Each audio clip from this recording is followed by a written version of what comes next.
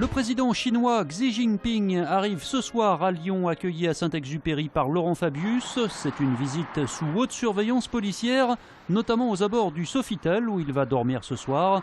Jusqu'à demain, la circulation va être très compliquée en presqu'île et les TCL seront aussi perturbés.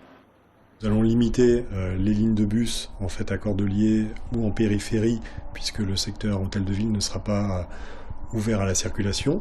Et le lendemain, dans le secteur donc, de la montée de Choulan, le matin, pareil, nous allons détourner en fait l'ensemble des lignes vers Gorge de Loup, puisque la montée de Choulan ne sera pas accessible le matin, principalement de 11h à midi. Xi Jinping se rendra demain matin dans le 5e arrondissement pour y visiter l'Institut franco-chinois.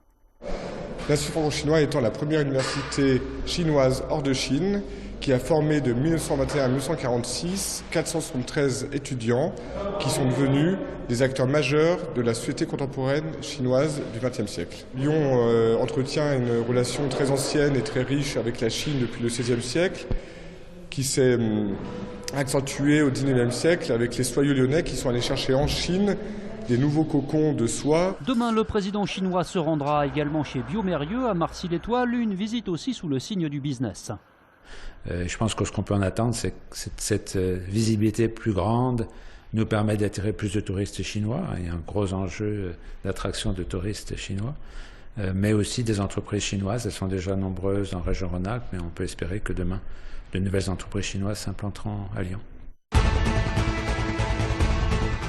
Vu sous l'angle politique, cette visite c'est aussi un bonus pour le maire sortant et candidat socialiste Gérard Collomb dans l'entre-deux tours des municipales. Il l'évoquait dès dimanche soir.